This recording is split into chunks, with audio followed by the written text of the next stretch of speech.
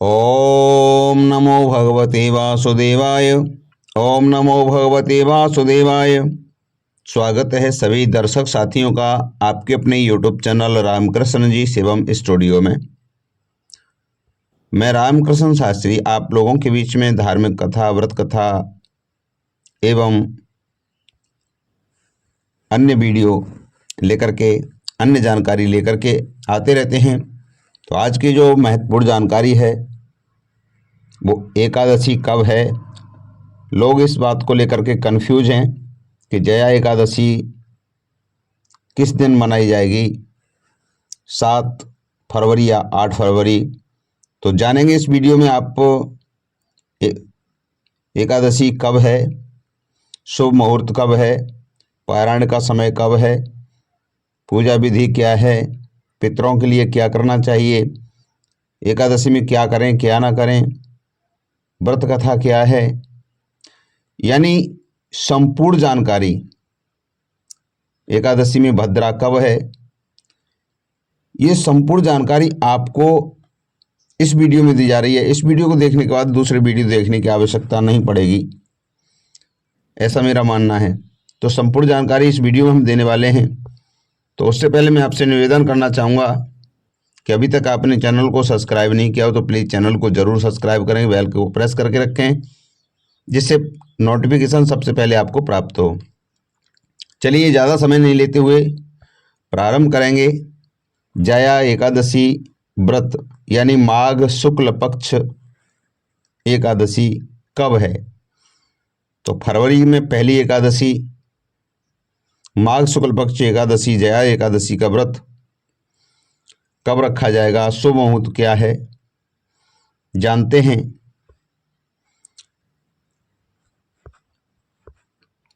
जया एकादशी माघ शुक्ल पक्ष की तिथि को रखा जाएगा और इस व्रत को रखने से, पितरों के लिए रखने से उनको पुण्य मिलता है। जो लोग जया एकादशी व्रत रख करके उसके पुण्य को अपने पितरों को दान करते हैं उनको भूत पिशाच योनि से मुक्ति मिल जाती है। इस व्रत को करने वाले को भी भगवान विष्णु की कृपा से मृत्यु के बाद भूत पिशाच योनि में नहीं जाना पड़ता। विद्वानों का ऐसा मत है। अब जानते हैं सबसे पहले कि जया एकादशी व्रत का शुभ मुहूर्त, पारायण का समय क्या है। तो जया एकादशी के लिए ये तिथि शुभारंभ हो रही है 7 फरवरी को रात 9:26 से एकादशी प्रारंभ होगी और यह तिथि 8 फरवरी को रात 8:15 तक मान्य रहेगी। ऐसे मुदिया तिथि के अनुसार जया तिथि, जो जया एकादशी है, वो 8 फरवरी शनिवार को रखा जाएगा व्रत। जया एकादशी 2025 का शुभ मुहूर्त कब है। तो 8 फरवरी को जया एकादशी की पूजा आप सुबह में 7:05 से कर सकते हैं। उस दिन शुभ उत्तम शुभ मुहूर्त 8:28 सुबह AM से 9:50 AM तक रहेगा। जया एकादशी के दिन ब्रह्म मुहूर्त 5:21 से AM से शुरू होकर के 6:13 तक रहेगा। वहीं अभिजीत मुहूर्त दोपहर 12:13 PM से दोपहर 12:57 तक रहेगा। व्रत वाले दिन मृगशिरा नक्षत्र प्रातःकाल से लेकर के शाम 6:07 PM तक रहेगा। इसके बाद आर्द्रा नक्षत्र शुरू हो जाएगा। वैधृति योग दोपहर में 2:04 PM तक रहेगा। उसके बाद विषकंभ योग प्रारंभ होगा। रवि योग में जया एकादशी व्रत, इस बार जया एकादशी के दिन रवि योग बन रहा है। उस दिन रवि योग सुबह 7:05 से शाम 6:07 तक रहेगा। रवि योग में सूर्य के प्रभाव से सभी प्रकार के दोष मिट जाते हैं। चलिए जानते हैं जया एकादशी व्रत 2025 का पारायण का समय क्या है। जो लोग जया एकादशी का व्रत रखेंगे वे व्रत का पारण 9 फरवरी को करेंगे उस दिन पारण का समय सुबह में 7:04 से सुबह 9:17 तक रहेगा और 9 फरवरी को द्वादशी तिथि का समापन शाम को 7:25 पर होगा। जया एकादशी के दिन स्वर्ग की भद्रा, जया एकादशी वाले दिन स्वर्ग की भद्रा लग रही है। भद्रा का समय सुबह 8:48 से 8:15 तक है। इस भद्रा का वास स्थान स्वर्ग है। इसका कोई दुष्प्रभाव पृथ्वी पर नहीं होगा। ऐसे में शुभ कार्यों पर कोई पाबंदी नहीं होगी। जया एकादशी का महत्व क्या है? भगवान श्री कृष्ण ने युधिष्ठिर को बताया था कि माघ शुक्ल पक्ष एकादशी को जया एकादशी के नाम से जानते हैं। इस व्रत को कर रखने से मोक्ष की प्राप्ति होती है। व्यक्ति को ब्रह्म हत्या समेत सभी पापों से मुक्ति मिल जाती है। ब्रह्म हत्या लगी हुई हो भी वो उससे मुक्ति मिल जाती है। जो विधि विधान है जया एकादशी का व्रत करेगा उसे मृत्यु के बाद भूत पिशाच आदि योनि में नहीं जाना पड़ेगा। जया एकादशी के नियम, व्रत के नियम क्या हैं? जया एकादशी का व्रत 2 तरह से रखा जाता है, निर्जल व्रत और फलाहारी या जलीय व्रत। आमतौर पर पूरी तरह स्वस्थ व्यक्ति को ही निर्जल व्रत रखना चाहिए। सामान्य लोगों को फलाहारी या जलीय उपवास रखना चाहिए। इस व्रत से भगवान श्री कृष्ण की उपासना विशेष फलदायी होती है। इस व्रत में फलों और पंचामृत का भोग लगाया जाता है। इस दिन केवल जल और फल का सेवन करना उत्तम होता है। आइए जानते हैं जया एकादशी पर क्या करें क्या ना करें। जया एकादशी के दिन जरूरतमंद लोगों को मदद करने का संकल्प लें। पीपल और केले के पेड़ के नीचे घी का दीपक जलाएं। तामस आहार व्यवहार विचार से दूर रहें। इस दिन मन को ज़्यादा से ज़्यादा भगवान कृष्ण के चरणों में लगाएं और सेहत ठीक ना हो तो उपवास न रखें। केवल व्रत के नियमों का पालन करें। इस चमत्कारी व्रत से महाप्रयोग का लाभ उठाएं। जया एकादशी के दिन इन बातों का ध्यान रख करके आप अपने तमाम कष्टों से मुक्ति पा सकते हैं। कुछ सावधानियां भी हैं। इस दिन ऐसे व्यक्ति को दान नहीं देना चाहिए जो कुपात्र हो। जो भी वस्तु दान में दी जाए वो उत्तम कोटि की हो और कुंडली में जो भी ग्रह महत्वपूर्ण हो उनसे जुड़ी चीज़ों का दान कभी न करें। दान देते समय मन में हमेशा ये भाव रखें कि ये वस्तु ईश्वर को दी हुई है और मैं ये सेवा या दान में ईश्वर को ही कर रहा हूँ। जया एकादशी में व्रत की पूजा विधि क्या है? जया एकादशी के दिन सुबह उठ करके स्नान करें और स्वस्थ वस्त्र धारण करें। इसके बाद भगवान विष्णु की प्रतिमा को गंगा जल से स्नान कराएं। फिर उन्हें पीले वस्त्र, चंदन, पुष्प, धूप, दीप आदि अर्पित करें। भगवान विष्णु को फल, मिठाई, तुलसी दल का भोग लगाएं। इसके बाद विष्णु मंत्रों का जाप करें और व्रत कथा पढ़ें। ओम नमो भगवते वासुदेवाय, ओम नमो भगवते वासुदेवाय इत्यादि मंत्रों का जाप करें। इसके बाद आप श्रवण करेंगे जया एकादशी की व्रत कथा। व्रत कथा भी हमें जरूर सुनना चाहिए और व्रत कथा सुनने से व्यक्ति के सारे पाप नष्ट हो जाते हैं और उसे मोक्ष की प्राप्ति होती है। इस व्रत को करने से व्यक्ति के जीवन में सुख, समृद्धि और शांति आती है। इस व्रत में भगवान विष्णु को समर्पित है, इसलिए इस दिन उनकी पूजा में विशेष फल प्राप्त होता है। चलिए अब श्रवण करते हैं जया एकादशी व्रत कथा क्या है। धर्मराज युधिष्ठिर बोले कि हे भगवान, आपने माघ के शुक्ल पक्ष की षटतिला एकादशी, माघ के कृष्ण पक्ष की षटतिला एकादशी का अत्यंत सुंदर वर्णन किया। आप स्वेदज, अंडज और उद्भिज और जरायुज चारों प्रकार के जीवों के उत्पन्न, पालन और नाश करने वाले हैं।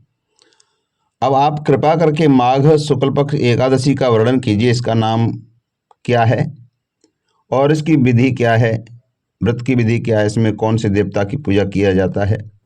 भगवान श्री कृष्ण कहने लगे कि हे राजन, इस एकादशी का नाम जया एकादशी है और इसका व्रत करने से मनुष्य ब्रह्म हत्या आदि पापों से छूटकर मोक्ष को प्राप्त होता है। तथा इसके प्रभाव से भूत पिशाच आदि योनियों से मुक्त हो जाता है और इस व्रत को विधि पूर्वक करना चाहिए। अब मैं तुमसे पद्म पुराण में वर्णित इसकी महिमा की एक कथा सुनाता हूँ। देवराज इंद्र स्वर्ग में राज करते थे और अन्य सब देवगण सुखपूर्वक स्वर्ग में रहते थे। एक समय इंद्र अपनी इच्छा अनुसार नंदन वन में अप्सराओं के साथ विहार कर रहे थे और गंधर्व गान कर रहे थे। उन गंधर्वों में प्रसिद्ध पुष्पदंत और उसकी कन्या पुष्पवती और चित्रसेन आदि उसकी स्त्री मालिनी भी उपस्थित थी। साथ ही मालिनी का पुत्र पुष्पवान और उसका पुत्र माल्यवान भी उपस्थित थे। पुष्पवती गंधर्व कन्या माल्यवान को देखकर उस पर मोहित हो गई और माल्यवान पर कामबाण चलाने लगी।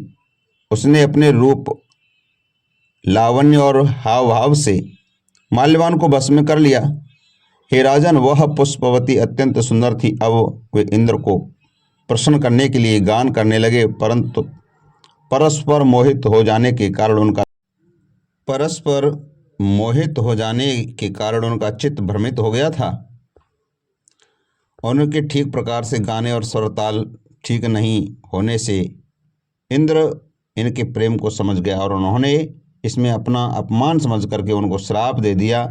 इंद्र ने कहा कि हे मूर्खो, तुम मेरी आज्ञा का उल्लंघन किया है, इसलिए तुम्हारा धिक्कार है, तुम्हें धिक्कार है। अब तुम दोनों स्त्री पुत्र के रूप में मृत्यु लोक में जाकर के पिशाच रूप धारण करो और अपने कर्मों का फल भोगो। इंद्र का ऐसा श्राप सुनकर वे अत्यंत दुखी हुए और हिमालय पर्वत पर दुखपूर्वक अपना जीवन व्यतीत करने लगे। उन्हें गंध, रस तथा स्पर्श आदि का कुछ भी ज्ञान नहीं था। वहां उनको महान दुख मिल रहा है। उन्हें एक क्षण भी के लिए निंद्रा नहीं आती थी। उस जगह अत्यंत शीत था, इससे उनके रोंगटे खड़े रहते और मारे शीत के दांत बजते रहते थे। एक दिन पिशाच ने अपनी स्त्री से कहा कि पिछले जन्म में हमने ऐसे कौन से पाप किए हैं जिससे आपको यह दुखदाई पिशाच योनि प्राप्त हुई है। इस पिशाच योनि से तो नरक के दुख सहना ही उत्तम है।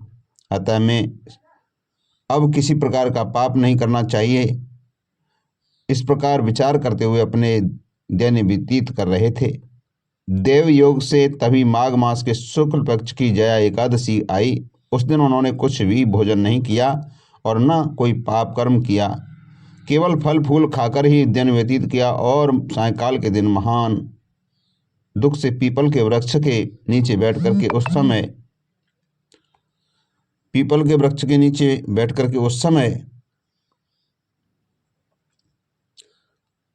अत्यंत ठंड पड़ रही थी और उस समय सूर्य भगवान अस्त हो रहे थे। इस कारण वे दोनों शीत के मारे अति दुखी होकर के मृतक के समान आपस में लिपटे हुए पड़े रहे। उस रात्रि को उन्होंने निंद्रा भी नहीं आई। हे राजन, जया एकादशी के उपवास और रात्रि के जागरण से दूसरे दिन प्रभात होते ही उनकी पिशाच योनि छूट गई। अत्यंत सुंदर गंधर्व और अप्सरा की देह धारण कर सुंदर वस्त्राभूषण से अलंकृत होकर उन्होंने स्वर्ग को प्रस्थान किया। उस दिन आकाश में देवता और उनकी स्तुति करते हुए पुष्प वर्षा करने लगे। स्वर्ग लोक में जाकर उन दोनों ने देवराज इंद्र को प्रणाम किया। इंद्र इनको पहले रूप में देख करके अत्यंत आश्चर्यचकित हुआ और पूछने लगा कि तुमने अपनी पिशाच योनि से किस तरह छुटकारा पाया, सो बतलाओ। माल्यवान बोले कि हे देवराज इंद्र, भगवान विष्णु की कृपा से जया एकादशी के व्रत के प्रभाव से ही हमारी पिशाच देह छूटी है। तब इंद्र बोले कि हे माल्यवान, भगवान की कृपा और एकादशी का व्रत करने से न केवल तुम्हारी पिशाच योनि छूट गई, वरन हम लोगों के वंदनी भी हो गए, क्योंकि विष्णु और शिव के भक्त हम लोगों की वंदनी हैं। अतः आप धन्य हैं। अब आप पुष्पवती के साथ जाकर विहार करो। भगवान श्री कृष्ण कहने लगे कि हे राजा युधिष्ठिर, यह जया एकादशी के व्रत से बुरी योनि छूट जाती है। जिस मनुष्य ने इस एकादशी का व्रत किया है उसे मानो सब यज्ञ जप दान आदि का फल प्राप्त होगा। जो मनुष्य जया एकादशी का व्रत करते हैं वे अवश्य 1000 वर्ष तक स्वर्ग में वास करते हैं। तो ये रही जया एकादशी व्रत की कथा। मिलते हैं अगली जानकारी के साथ, तब तक के लिए जय श्री राधे कृष्णा, हर हर महादेव, जय एकादशी मैया की।